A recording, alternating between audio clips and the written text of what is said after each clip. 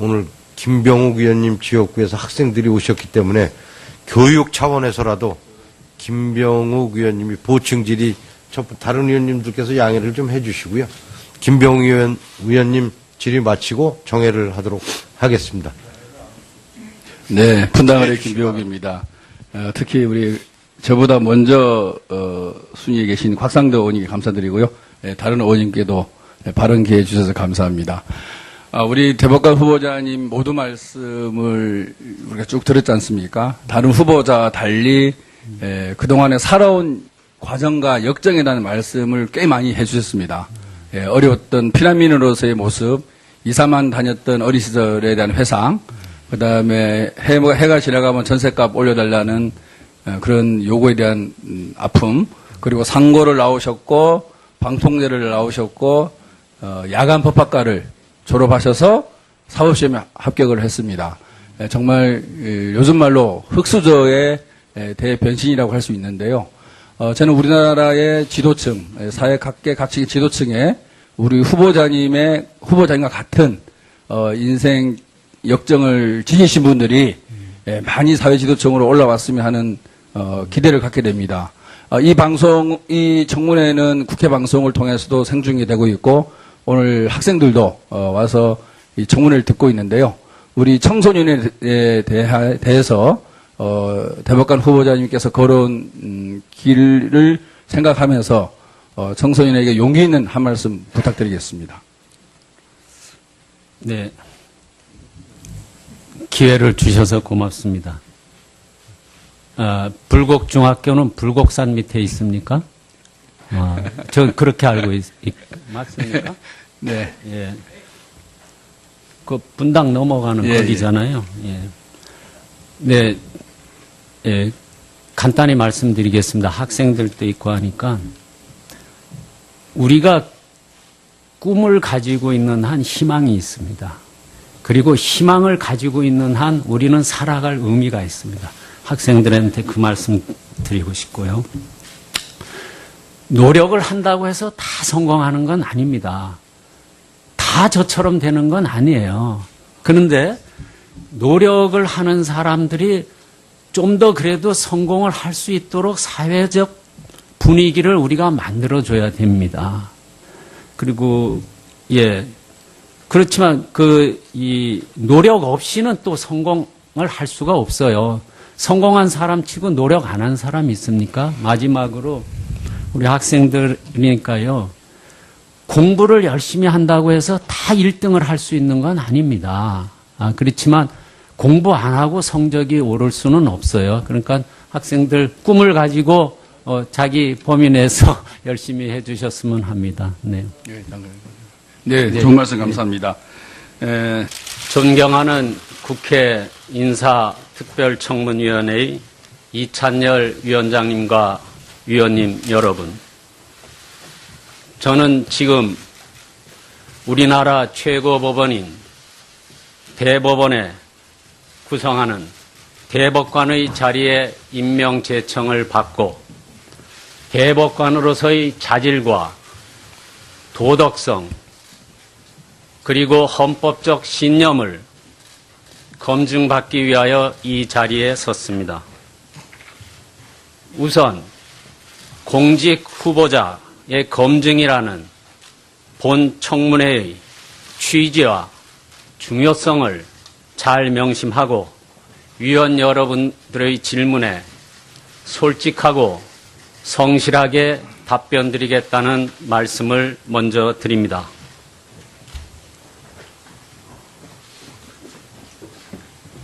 저는 6.25 전쟁 시에 자유를 찾아 월남한 피난민의 아들로 태어났습니다. 제 어린 시절을 뒤돌아보면 저의 기억 속에는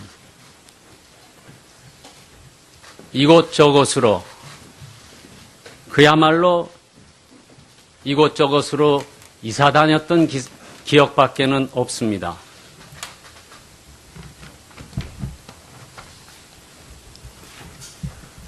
여러분도 잘 아시겠지만 그 시절 열악했던 주택난 속에서 1년이 지나면 거의 예외 없이 집세를 올려줘야 했고, 집세를 올려주지 못하면 집을 비워주고 나가야 했습니다. 바퀴 3개 달린 용달차에 이불과 속가지를 싣고 신장로를 달려갈 때 뽀얗게 일어나는 먼지 속에서 저는 마치 소풍을 가는 기분이었습니다마는 지금 생각해보면 제 부모님의 심정은 아마 억장이 무너지는 심정이었을 겁니다. 그 시절 새빵살이는 참으로 고달프고 힘들었습니다. 그러나 이러한 어려웠던 경험은 훗날 제가 판사가 되어서 서울 민사지방법원 재직 시에 주택임대차 보호법을 적용하는 사건에서 임차인의 입장과 사정을 좀 더 잘 이해하는 배경이 되기도 하고 도움이 되기도 했습니다. 저는 그 후에 오로지 하루빨리 취업을 해서 가족들의 생계를 제가 책임지어야 되겠다는 오직 취업 일념의 마음으로 상업학교에 진학을 했고, 다행스럽게도 고등학교 졸업과 동시에 은행에 취업이 되었습니다. 그러나 취업의 기쁨도 잠깐이고, 제가 은행에 취업하자마자 석 달 후에 그동안 병환으로 고생하시던 부친께서 돌아가셨습니다. 그때 만 18세도 되지 않았던 제가 졸지에 상주가 되었습니다. 장례를 어떻게 치러야 할지도 전혀 몰랐습니다. 그런데 그때에 제가 살던 산동네 동네 주민들이 나서서 저의 부친의 장례를 치러주었습니다. 또한 다니고 있던 은행의 동료들은 사흘밤을 와서 장례식장을 지켜주었습니다. 이러한 동네 주민들과 직장 동료들의 은혜는 평생 제 가슴에 남아있고, 또한 이 사회의 따뜻한 인정으로서 가슴 깊이 간직하고 있습니다. 은행에 근무하면서 그 무렵 막 출범했던 한국방송통신대학에 진학할 수 있었던 것도 저에게는 큰 행운이었습니다.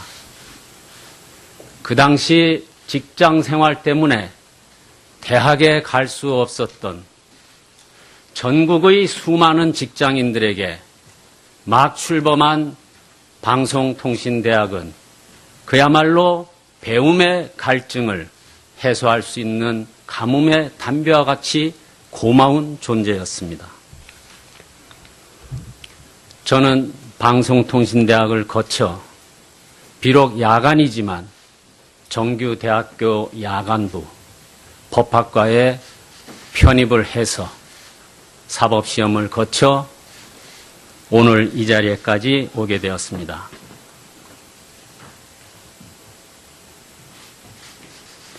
인생의 고비고비마다 동네 주민, 직장 동료 등 우리 사회가 저에게 베풀어 주신 배려에 감사하고 있습니다. 이러한 일들을 통해서 저는 한 개인의 발전은 그 개인 혼자만의 노력의 결과가 아니고 직간접적으로 우리 사회, 우리 공동체의 도움에 크게 빚지고 있다는 것을 깨닫게 되었습니다. 저는 1982년 당시 권위주의 정부 하에서 법관 생활을 시작했습니다. 그 당시 암울했던 시기에 저 나름대로 법관으로서의 소신을 지켜보고자 노력하였습니다.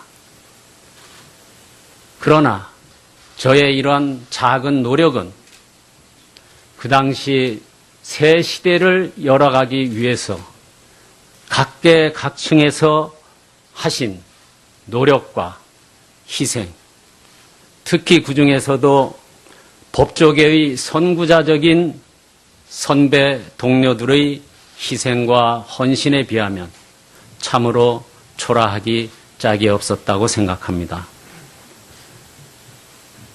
변호사가 되어서도 저는 그저 제가 맡은 사건에 열심히 하였을 뿐이지 사회 정의 구현이라든가 인권 옹호와 같은 변호사의 기본적 사명의 완수를 위하여 제가 크게 기여한 바는 없었다고 생각을 합니다. 이와 같이 별로 내세울 것도 없는 제가 대법관이라는 영예로운 자리에 제청된 이유는 사회의 여러 목소리와 가치들을 대법원 판결에 담고자 하는 국민들의 열망이 반영되었기 때문임을 잘 알고 있습니다. 제가 국민들의 이러한 바람에 잘 부응할 수 있을지 막중한 책임감을 느낍니다.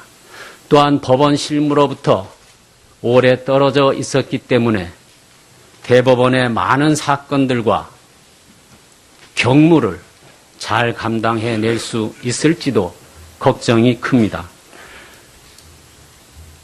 그러나 오늘 청문을 거쳐 제가 만일 대법관의 자리에 자격이 있다고 인정을 받아서 대법관에 임명된다면 제 평소의 소신과 같이 최상에 서는 물과 같다는 의미의 상선 약수와 같은 그런 판결을 하도록 노력하겠습니다. 그리고 제가 법관으로서 개인적 이념, 가치관, 경우에 따라서는 독단이라고까지 할 수 있는 것까지 혹시 법관의 양심과 혼동한 일은 과거에 없었는지 법관의 독립이라는 이름으로 포장을 했던 일은 없었는지 겸허히 자신을 되돌아보겠습니다.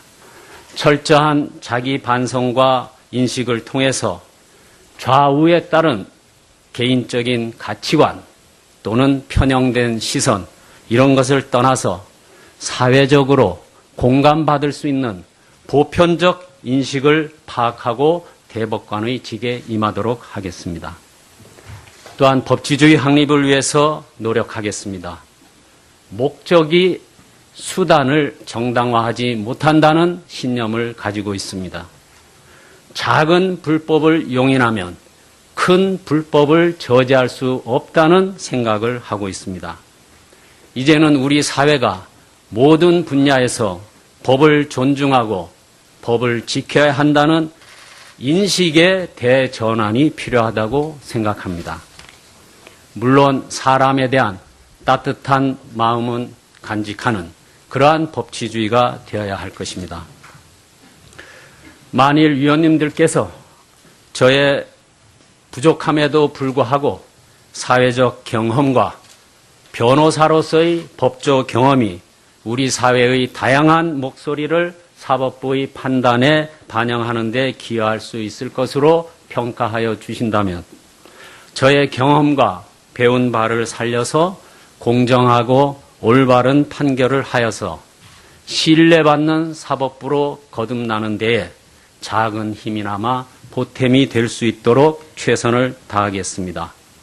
끝으로 오늘 이 자리에 선 저희 모습에서 혹시라도 부족한 점이 발견되면 그것은 경계의 교훈으로 삼고 혹시라도 긍정적인 측면이 발견되면 미래의 꿈을 키우고 있는 우리 젊은이들에게 저의 모습이 희망의 작은 등불이 될 수 있기를 기대합니다. 감사합니다. 이 자리에 섰습니다. 우선 공직 후보자의 검증이라는 본 청문회의 취지와 중요성을 잘 명심하고 위원 여러분들의 질문에 솔직하고 성실하게 답변드리겠다는 말씀을 먼저 드립니다.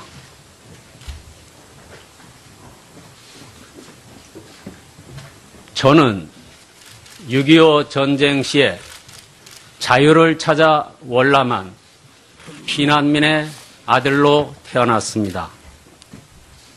제 어린 시절을 뒤돌아보면 저의 기억 속에는 이곳저곳으로 그야말로 이곳저곳으로 이사 다녔던 기억밖에는 없습니다.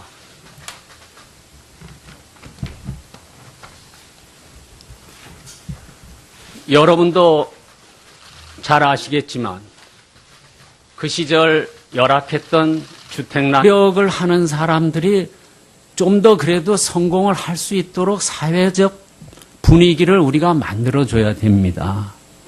그리고 그렇지만 이 노력 없이는 또 성공을 할 수가 없어요.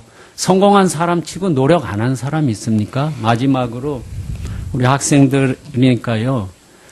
공부를 열심히 한다고 해서 다 1등을 할 수 있는 건 아닙니다. 그렇지만 공부 안 하고 성적이 오를 수는 없어요. 그러니까 학생들 꿈을 가지고 자기 범위 내에서 열심히 해 주셨으면 합니다. 네. 네, 좋은 말씀 감사합니다. 존경하는 국회 인사특별청문위원회의 이찬열 위원장님과 위원님 여러분, 저는 지금 우리나라 최고법원인 대법원에 구성하는 대법관의 자리에 임명 제청을 받고 대법관으로서의 자질과 도덕성 그리고 헌법적 신념을 검증받기 위하여 역정을 지니신 분들이 많이 사회지도층으로 올라왔으면 하는 기대를 갖게 됩니다. 이 청문회는 국회 방송을 통해서도 생중계 되고 있고 오늘 학생들도 와서 이 청문회를 듣고 있는데요. 우리 청소년에 대해서 대법관 후보자님께서 걸어온 길을 생각하면서 청소년에게 용기 있는 한 말씀 부탁드리겠습니다. 네, 기회를 주셔서 고맙습니다. 불곡중학교는 불곡산 밑에 있습니까? 저 그렇게 알고 맞습니까? 네. 예. 그 분당 넘어가는 거기잖아요. 예. 네. 예. 간단히 말씀드리겠습니다. 학생들도 있고 하니까 우리가 꿈을 가지고 있는 한 희망이 있습니다. 그리고 희망을 가지고 있는 한 우리는 살아갈 의미가 있습니다. 학생들한테 그 말씀 드리고 싶고요. 노력을 한다고 해서 다 성공하는 건 아닙니다. 다 저처럼 되는 건 아니에요. 그런데 오늘 김병욱 의원님 지역구에서 학생들이 오셨기 때문에 교육 차원에서라도 김병욱 의원님이 보충질의 다른 의원님들께서 양해를 좀 해주시고요. 김병욱 의원님 질의 마치고 정회를 하도록 하겠습니다. 네, 분당을의 김병욱입니다. 특히 우리 저보다 먼저 순위에 계신 곽상도 의원님께 감사드리고요. 다른 의원님께도 발언 기회 주셔서 감사합니다. 우리 대법관 후보자님 모두 말씀을 우리가 쭉 들었지 않습니까? 다른 후보자와 달리 그동안에 살아온 과정과 역정에 대한 말씀을 꽤 많이 해주셨습니다. 어려웠던 피난민으로서의 모습, 2, 3만 다녔던 어린 시절에 대한 회상, 그 다음에 해가 지나가면 전셋값 올려달라는 그런 요구에 대한 아픔, 그리고 상고를 나오셨고, 방통제를 나오셨고, 야간 법학과를 졸업하셔서 사법시험에 합격을 했습니다. 정말 요즘 말로 흑수저의 대변신이라고 할 수 있는데요. 저는 우리나라의 지도층, 사회 각계 지도층에 우리 후보자님과 같은 인생 속에서 1년이 지나면 거의 예외 없이 집세를 올려줘야 했고, 집세를 올려주지 못하면 집을 비워주고 나가야 했습니다. 바퀴 3개 달린 용달차에 이불과 속가지를 싣고 신장로를 달려갈 때 뽀얗게 일어나는 먼지 속에서 저는 마치 소풍을 가는 기분이었습니다마는 지금 생각해보면 제 부모님의 심정은 아마 억장이 무너지는 심정이었을 겁니다. 그 시절 새빵살이는 참으로 고달프고 힘들었습니다. 그러나 이러한 어려웠던 경험은 훗날 제가 판사가 되어서 서울 민사지방법원 재직 시에 주택임대차 보호법을 적용하는 사건에서 한 말씀 부탁드리겠습니다. 네, 기회를 주셔서 고맙습니다. 불곡중학교는 불곡산 밑에 있습니까? 저 그렇게 알고 맞습니까? 네. 예. 그 분당 넘어가는 거기잖아요. 예. 네. 예. 간단히 말씀드리겠습니다. 학생들도 있고 하니까 우리가 꿈을 가지고 있는 한 희망이 있습니다. 그리고 희망을 가지고 있는 한 우리는 살아갈 의미가 있습니다. 학생들한테 그 말씀 드리고 싶고요. 노력을 한다고 해서 다 성공하는 건 아닙니다. 다 저처럼 되는 건 아니에요.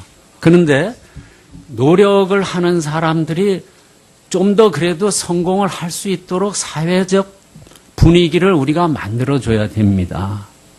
그리고, 예. 그렇지만 이 노력 없이는 또 성공을 할 수가 없어요. 성공한 사람 치고 노력 안 한 사람 있습니까? 마지막으로 우리 학생들이니까요. 공부를 열심히 한다고 해서 다 1등을 할 수 있는 건 아닙니다. 그렇지만 공부 안 하고 성적이 오를 수는 없어요. 그러니까 학생들 꿈을 가지고 자기 범위 내에서 열심히 해 주셨으면 합니다. 네. 네, 좋은 말씀 감사합니다. 존경하는 국회 인사특별청문위원회의 이찬열 위원장님과 주택난 속에서 1년이 지나면 거의 예외 없이 집세를 올려줘야 했고, 집세를 올려주지 못하면 집을 비워주고 나가야 했습니다. 바퀴 3개 달린 용달차에 이불과 속가지를 싣고 신장로를 달려갈 때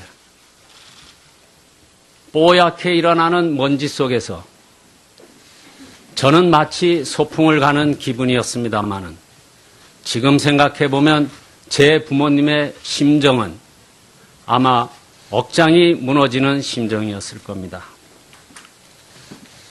그 시절 새빵살이는 참으로 고달프고 힘들었습니다.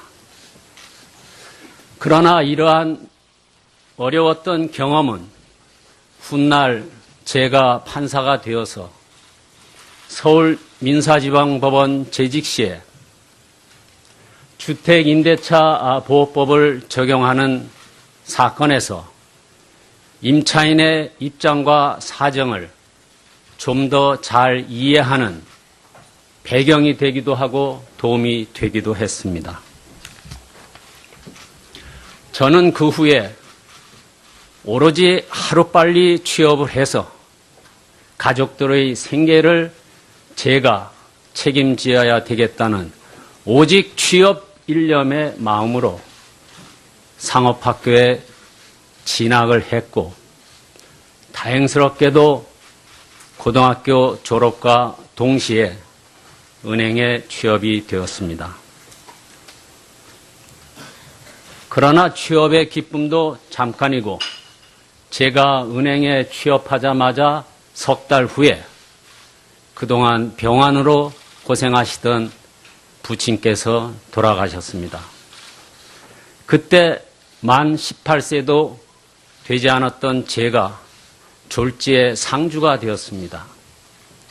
장례를 어떻게 치러야 할지도 전혀 몰랐습니다. 그런데 그때에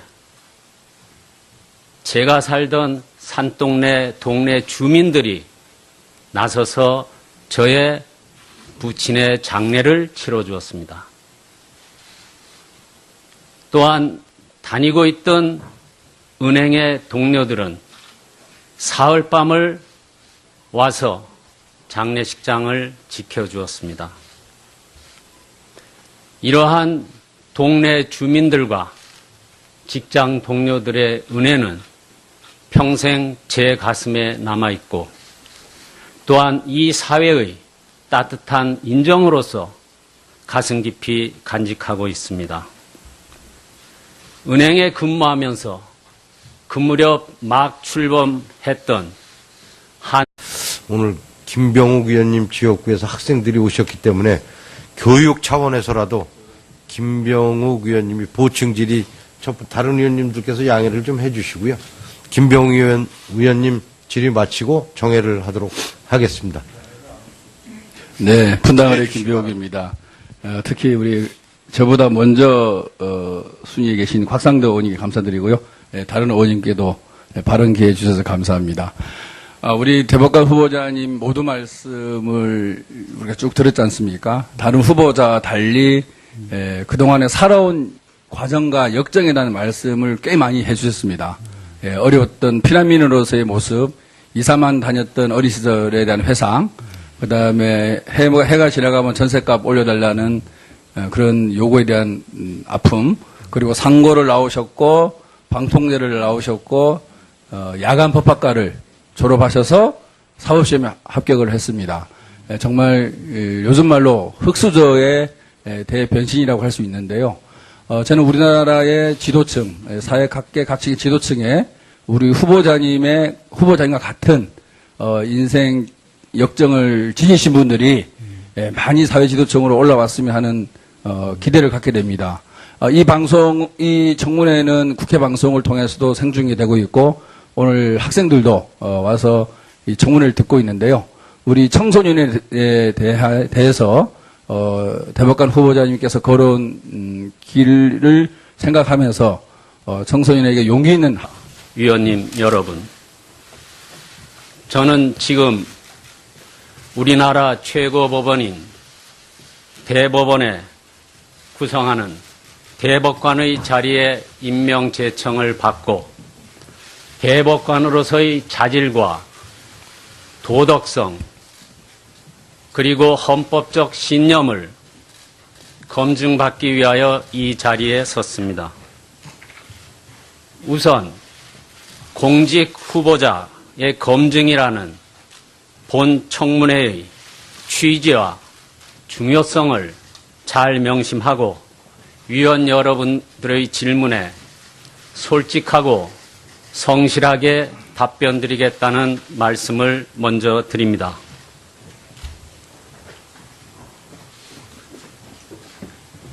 저는 6.25 전쟁 시에 자유를 찾아 월남한 피난민의 아들로 태어났습니다. 제 어린 시절을 뒤돌아보면 저의 기억 속에는 이곳저곳으로 그야말로 이곳저곳으로 이사 다녔던 기억밖에는 없습니다.